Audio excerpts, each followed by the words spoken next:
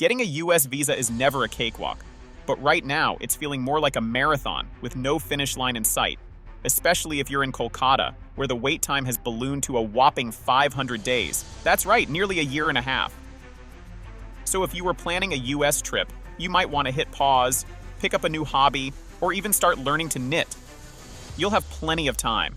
Let's break down why this delay is happening, how it's affecting visa applicants, and what you can actually do about it. Spoiler alert, it's not going to involve fast-tracking through any VIP lines.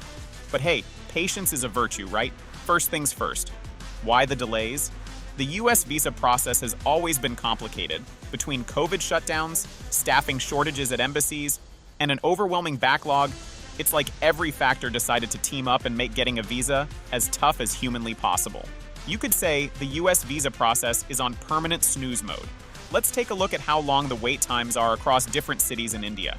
Just to put this in perspective, in Mumbai, wait times are around 400 days. Delhi's clocking in close to that, with about 420 days. And Chennai is no picnic either, at nearly 450 days.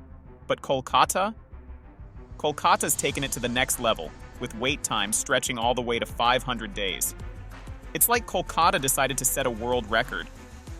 Who needs the Guinness World Record for longest pizza when you've got the longest visa wait? Now, you might be wondering, why such a difference in wait times between cities? Good question. Part of it boils down to the demand for visas in each city and the staffing available to process them. Certain cities, like Mumbai and Delhi, tend to have higher demand and more resources, so they manage to keep things a bit more under control. Kolkata, on the other hand, may not have as many resources, making the process drag out even longer. It's a bit like comparing an express train to a sleeper train. Kolkata's definitely on the sleeper side. So what's the impact of these massive delays? Well, it's affecting everyone, from students planning to attend US universities to business travelers, or business travelers who need to meet clients in person, but are forced to join Zoom calls from thousands of miles away. And let's not forget families, who are probably wondering if they'll even make it in time for the next wedding or family reunion.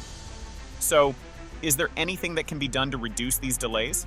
Well, the US government is aware of the issue and has promised to increase staffing and streamline the process. But the reality is, change is slow. They're hiring more consular officers, but that's kind of like trying to fill a swimming pool one drop at a time. One recent initiative is the expansion of the visa waiver program for repeat travelers, meaning that some applicants may be able to skip the in-person interview process. If you've traveled to the US in the last 48 months, you might be eligible for this. But of course, this doesn't help first-time applicants or people whose cases require in-depth interviews. Now, there are some tips and tricks people have shared to help improve their chances.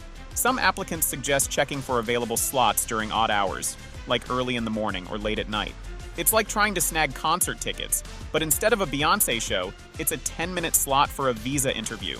Others recommend scheduling appointments in less congested cities or even nearby countries, although that can get pricey. Of course, if you're desperate, you might want to consider hiring a visa agent to help you navigate the process.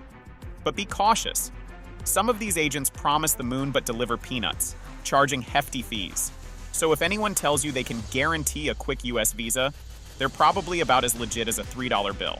So what should you do if you're caught up in this visa delay mess? First, make sure all your paperwork is in order, double-check that your information is accurate, and keep an eye on the embassy website for any updates. You'll also want to make sure you stay calm and manage your expectations. After all, if you're going to wait, you might as well get comfortable. And hey, think of it this way. This delay gives you more time to binge-watch travel vlogs, brush up on American slang, or even learn a new skill. Who knows, by the time you finally get your visa, you might be a master chef or fluent in another language. The US might not know what hit them when you arrive. Thank you so much for watching. If you're feeling the pain of these US visa delays, let me know in the comments below. Share your thoughts, your frustrations, or any tips that might help others stuck in the same boat. Don't forget to like, subscribe, and hit that notification bell for more updates. And remember, whether it's 500 days or 5, hang in there.